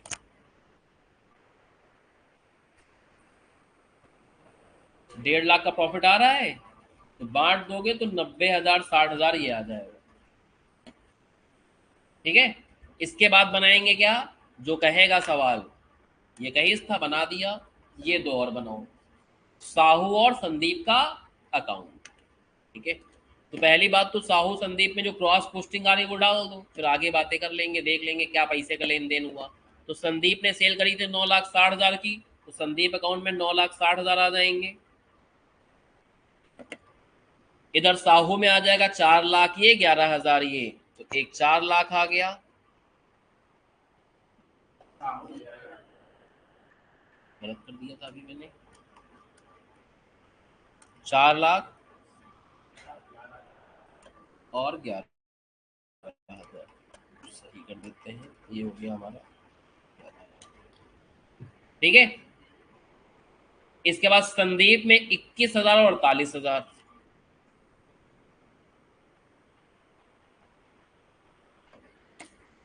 ठीक है। साहू का प्रॉफिट शेयर 60,000 रुपए का। अब एक तफरी हो रही, समझो बहुत ध्यान से। फिर क्या कह रहा है, ये बात अभी संदीप की चल रही थी कि संदीप को अपॉइंट किया गया, सेल करेंगे, इतने खर्चे करेंगे, कमीशन मिलेगा। फिर ही रेमिटेड, ही का मतलब यहाँ क्या है? संदीप, संदीप ने रेमिट किया है क्या? 6 लाख रुपए किसको दिया है? सहानी। तो ये पैसा सहानी को देंगे, और फिर सहानी का हिसाब किताब करते समय हम पैसा काट लेंगे। ठीक है, 6 लाख रुपए सहानी को मिले, आपकी बुक्स किसकी हैं? सहानी की बुक्स हैं, तो 6 लाख की इंटी पास कर लो। पैसा मिला है आपको, तो एंट्री क्या बनेगी, bank account debit to Sandeep.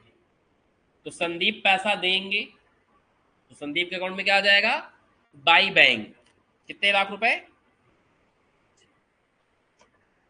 कोई समस्या। और इसके बाद और देखो क्या कह रहा है, कह रहा है इसके बाद जो पैसा बचा है वो साहू को दिया है इन्होंने।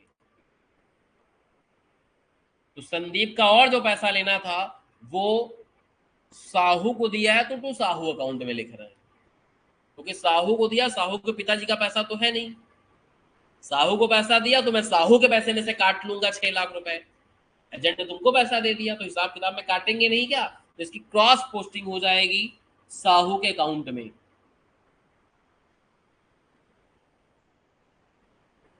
और एक और चीज है, इन दोनों के बीच में कोई एडवांस तो नहीं दिया गया था, सहानी ने 50,000 रुपए एडवांस दिए साहू को, तो तुम हो सहानी, तुम पैसा दे रहे हो साहू को, तुम टीका पास करोगे, Sahu debit to bank, posting डालोगे तो साहू के अकाउंट में बैंक में आ जाएगा 50,000 रुपए।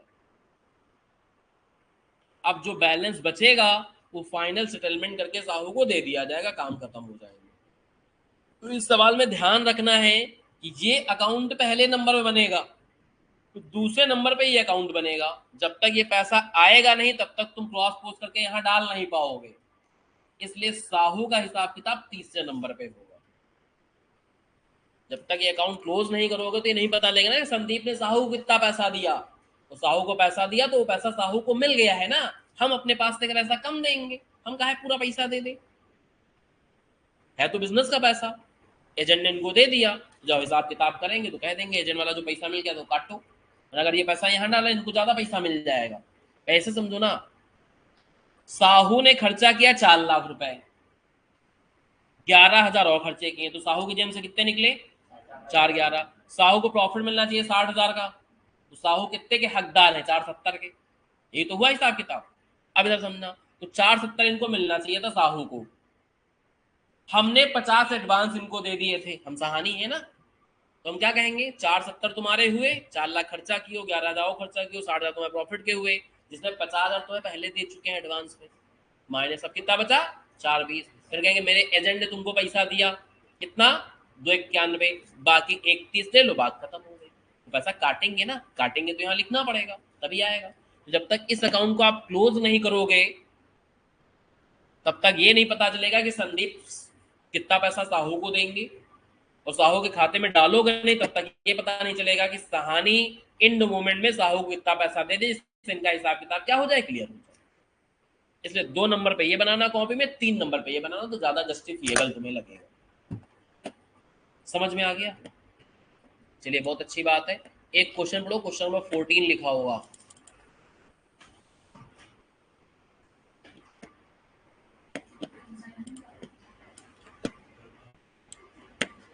कंसाइनमेंट मिक्स जॉइंट वेंचर, दोनों ही आएंगे उसके अंदर, अभी तफरी होगी।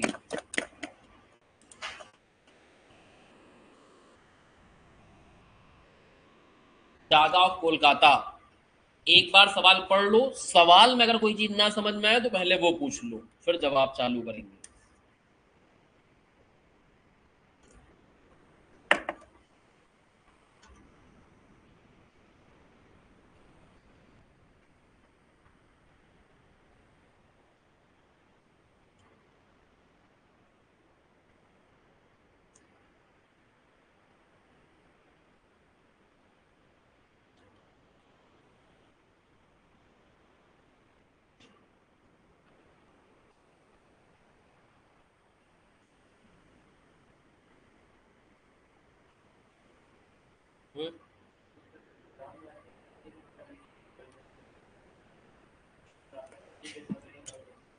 तो हमने कब कहा कि जॉइंट वेंचर का है ये, अभी हमने क्या बोला था कि जॉइंट वेंचर कंसाइनमेंट दोनों ही है इसमें। अभी सोचो सर आपको कैसे पता चल जाए, ये है ना तुम्हारा सवाल, सवाल पढ़ के पूरा सवाल पढ़ो तुम्हें पता चल जाएगा। हम सवाल पढ़ चुके हैं तो हमको पता है, तुमने नहीं पढ़ा अभी तो नहीं पता, तुम भी पढ़ो तुम्हें पता चल जाएगा। पूरा सवाल पढ़ लो, ना पता चले तो बताना।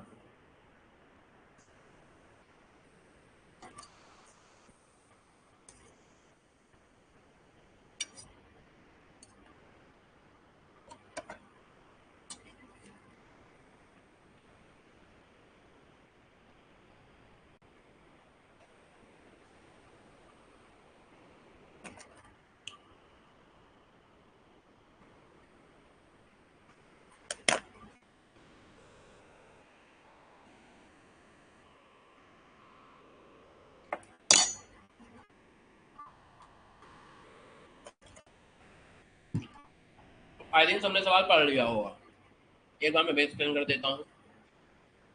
सबसे पहले डागा को रहता है तो जोधा को माल बेचना है कंसाइनमेंट बेसिस पे, जिसकी कॉस्टिंग है 40,000 रुपया। ठीक है, हमको डागा के बुक में जरूरत के सारे अकाउंट बनाने, तो कंसाइनमेंट माल भेजा जा रहा है तो एक अकाउंट तो बनेगा ही बनेगा, कौन सा, वही बनाना शुरू कर रहे हैं।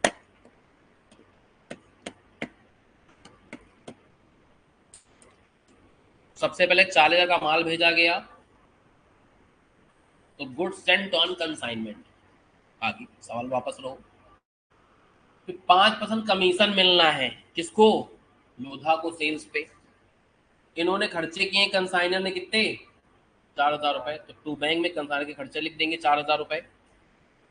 कंसाइनी ने 1,000 फ्रेट रेट पे किया, फ्रेट जो है नॉन रिकरिंग खर्चा होता है, कंसाइनी अकाउंट के अंदर आता है, पिछला चैप्टर भूले नहीं हो गया अभी तक, तो लोधा अकाउंट में लिख दिया नॉन रिकरिंग एक्सपेंसेस 1,000 रुपए। फिर इन्होंने सारा माल बेच डाला है, लोधा ने सारा नहीं बेचा है, कितना बेचा है, 3/4 बेचा है, बेचा 48 में है तो 48 यहाँ लिख देंगे। 3/4 बेचा है, कोई लॉस वॉस तो हुआ नहीं, तो कितना गुड्स बचा होगा इनके पास, 1/4, उसकी वैल्यू निकाल लो। जब भी ऐसा हो केवल सेल दे और कुछ ना दे तो डायरेक्टली वैल्यू निकाल सकते हो, कैसे, 10,000 कोई निकाली जाती, खर्चे कौन जोड़ेगा, कॉस्ट प्लस कंसाइनर के खर्चे plus non recurring expenses of consignee into fraction of unsold stock, directly निकल जाएगा। अगर सवाल में दे रखा हो 3/4, 2/4, 1/4 बेचा है, कोई लॉस वगैरह ना हो, डायरेक्टली आप निकाल सकते हो। कितना आया, 11,000। ये क्लोजिंग स्टॉक हो जाएगा, कंसाइनमेंट स्टॉक में लिखा जाता है। अब तुम कहोगे ये क्या लिख दिया, थोड़ी देर बाद बताएंगे, अभी थोड़ी देर नीचे लाइट को अवॉइड कर दो, नरेशन जो लिखा है। इसके बाद उनको कमीशन मिलेगा 48,000 पे, कितना हुआ 2400, जोड़ दोगे बाहर 3400 आ जाएगा, प्लस माइनस कर दोगे प्रॉफिट आ जाएगा 850। कंसाइनमेंट में मैंने बताया कंसाइनी अकाउंट बनाना तो नेसेसरी होता है, अगर ऐसा लिख के आए तो कंसाइनमेंट बनाओगे और साथ क्या बनाओगे, कंसाइनी अकाउंट या एजेंट का अकाउंट। तो अब बना रहे हैं हम लोग एजेंट का अकाउंट। लोधा 48,000 यहाँ आ गए क्रॉस पोस्टिंग, और 3400 रुपए क्रॉस पोस्टिंग यहाँ आ गया, यहाँ आ गया। ठीक है, इसके बाद प्लस माइनस कर लोगे, सेटलमेंट आ जाएगा 44,600। ये एक्स्ट्रा लिख गया, इसको छोड़ देता थोड़ी देर के लिए, अवॉइड कर देते हैं। प्लस माइनस करोगे ये बैलेंस आ जाएगा। यहां से यहां तक का काम खत्म हो गया। और तुमको सर लिखा क्या है, वो भी तो थोड़ा के बता दीजिए, बता दे रहे हैं। कंसाइनी ने रेमिट कर दिया बैलेंस पैसा, वही रेमिट कर दिया हमने, 44,600 भेज दिया।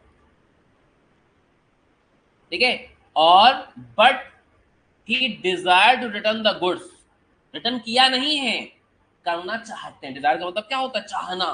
तो चाहते हैं कि माल जो बचा इनके पास कितने का, 11,250 का, वो वापस भेज दें, क्योंकि अब ये इस एग्रीमेंट में काम कंटिन्यू नहीं करना चाह रहे हैं। तो मान लीजिए एग्जाम्पल में, मान लीजिए मैं डागा हूँ, तो लोधा ने जब हमको फोन किया, पैसा ऐसा भेज दिया, तो एक चिट्ठी लिख के भेज दी कि मैं आगे काम नहीं करना चाह रहा हूँ और आपका स्टॉक मैं कल परसों भैया भेज देता हूँ। तो जैसे मुझे चिट्ठी मिली है, व्हाट्सएप मिला, तो हमने फोन घुमाया, हमने क्या हो गया बेटा, क्यों नहीं काम करना चाह रहे हो, क्या दिक्कत आ गई, कह रहा मैं अब कमीशन पे काम नहीं करूंगा, चिल्ला रहा मेरे ऊपर, कह रहा मैं कमीशन पे काम नहीं करूंगा, मैं ऐसे ऐसे काम नहीं करता। तो हमने कहा ना कमीशन पे काम करो, अच्छा साझेदारी में काम करोगे क्या, तो कहे हाँ हाँ साझेदारी में कर लेंगे। तो हमने कहा ठीक है ज्वाइंट वेंचर तुमसे कर लेते हैं। तो उस समय मैंने क्या कर लिया, उससे ज्वाइंट वेंचर कर लिया, और हमने कहा कि अब तुम मेरे एजेंट नहीं रहे, तो एजेंट नहीं रहे तो तुम्हें कोई कमीशन नहीं मिलेगा, बात खत्म हो गई। अब प्रॉफिट लेना किस रेशियो में, अब यहां चालू हो रहा है जॉइंट वेंचर वाला काम। तो सामान भेजने का वादा तो किया था इन्होंने, लेकिन हमने क्या कहा होगा जब जॉइंट वेंचर में आ गए, तुमने क्या कहा कि ये माल अपने पास रखे रहो, यही समझ लो जॉइंट वेंचर का स्टॉक हो गया, तुमको दे दिया। और फिर देखो अनदर लॉट और भेज रहे हैं 20,000 की। तो जो ये माल था, ये भी माल जॉइंट वेंचर में ट्रांसफर हो गया और 20,000 का एक्स्ट्रा माल भेज दिया है। अब ये बताओ जॉइंट वेंचर में मेथड कौन सा लगा रहे हैं यहाँ? तीसरा वाला, समझ लो। क्योंकि कहीं नहीं बोला कि मेमोरेंडम लगाओ, कहीं नहीं बोला कि लगाओ बैंक वाला, कौन सा लगा रहे हैं? तो तीसरे मेथड के हिसाब से जॉइंट वेंचर अकाउंट में आए, इस बात का ध्यान रखना। तो 11,250 का कंसाइनमेंट से ट्रांसफर होकर आया था, कंसाइनमेंट दिया, वो सप्लाई किया मैंने कितने का? 20,000 का, वो भेज दिया आगे। डागा ने 2,000 खर्चे किए हैं, डागा की बुक्स बना रहे हो, कार्य काम किसमें हो रहे हैं? In the book of Daga. 2,000 Daga खर्चा कर रहा है, तो कहां लिखोगे? तो बैंक में लिखोगे। लोधा ने भी खर्चे किए कितने? तो 2 लोधा। और अब माल बेचा गया कितने का? 50,000 का लोधा बेच रहे हैं, तो लोधा प्लस माइनस करोगे तो आ जाएगा प्रॉफिट। तो प्रॉफिट को बांट देना 3-2 में। 15,050 रुपया आ रहा है, 3-2 में बांटो,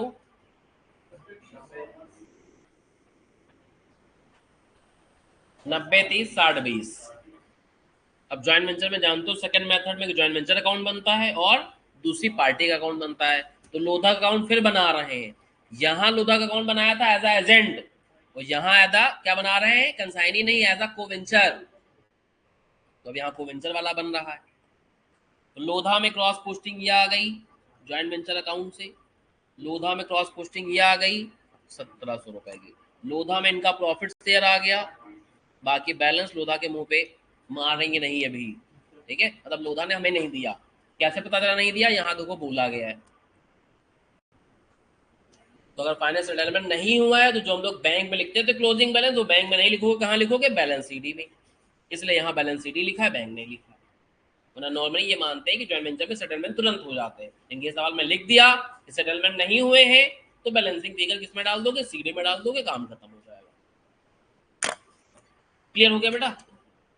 कोई भी डाउट हो, कोई भी परेशानी हो, अपने डाउट पूछ सकते हो, और कोई डाउट नहीं है तो एक लास्ट क्वेश्चन बचा होगा कोई। कौन सा क्वेश्चन बचा है देखो, चेक करो, पढ़ लो उसको भी। क्यों इसमें ऐसा क्या है कि 14 नंबर का बन जाए?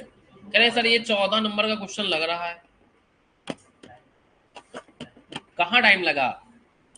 कितनी देर से पढ़ रहे हो ये बताओ? हाँ बेटा, बनाओगे तब भी इतना टाइम नहीं लगेगा।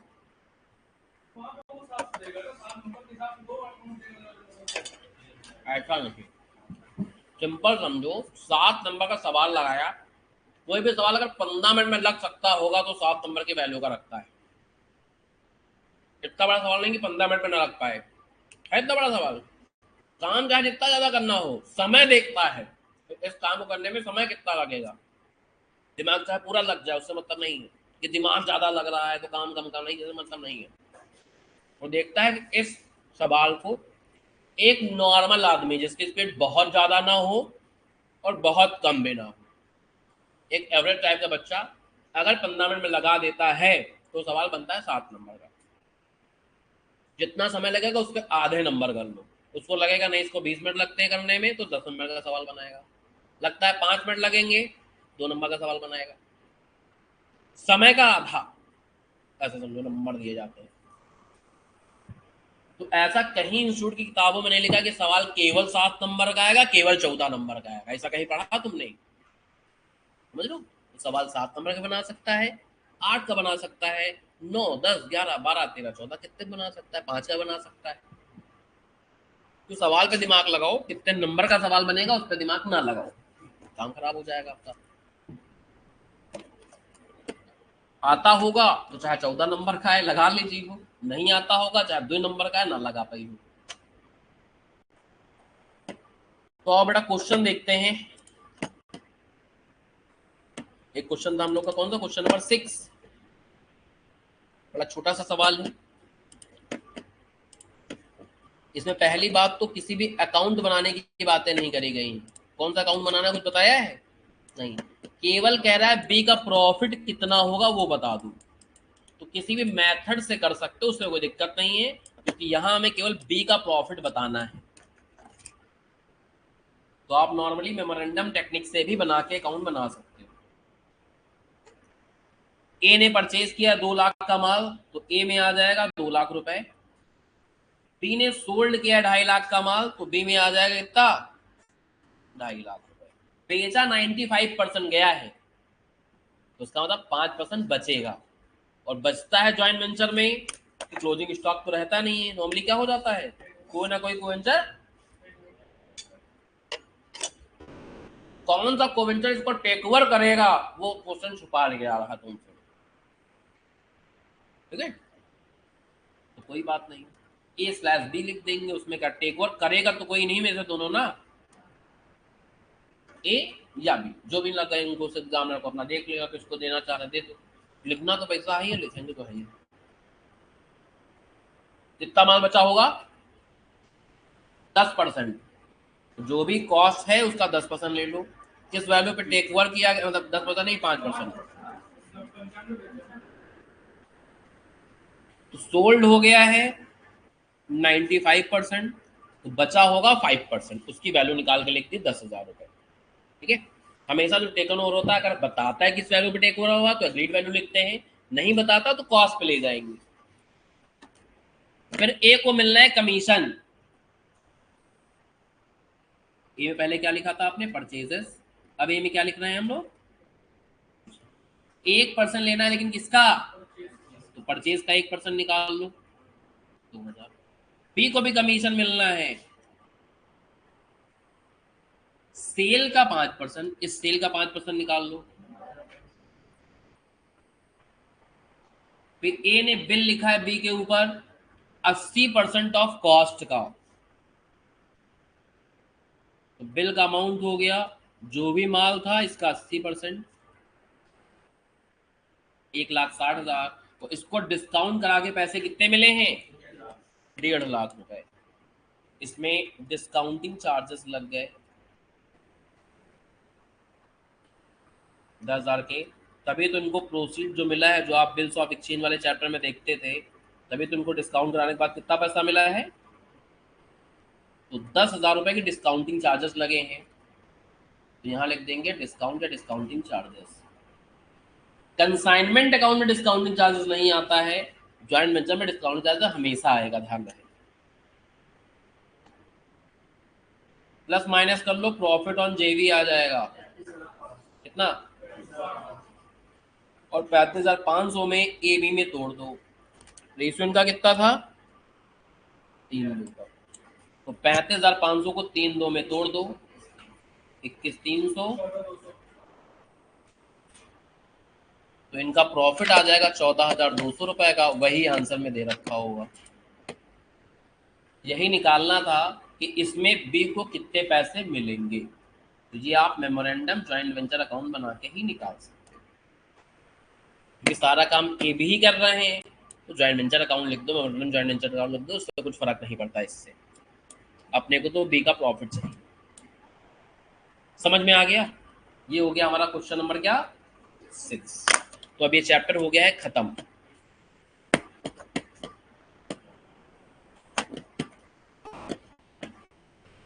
अब कंसाइनमेंट के ज्वाइंट वेंचर के सवाल स्कैनर से भी लगा लोगे, जहां कोई सवाल नहीं लग पाएगा, कोई दिक्कत आएगी पूछ लोगे, बता दिया जाएगा।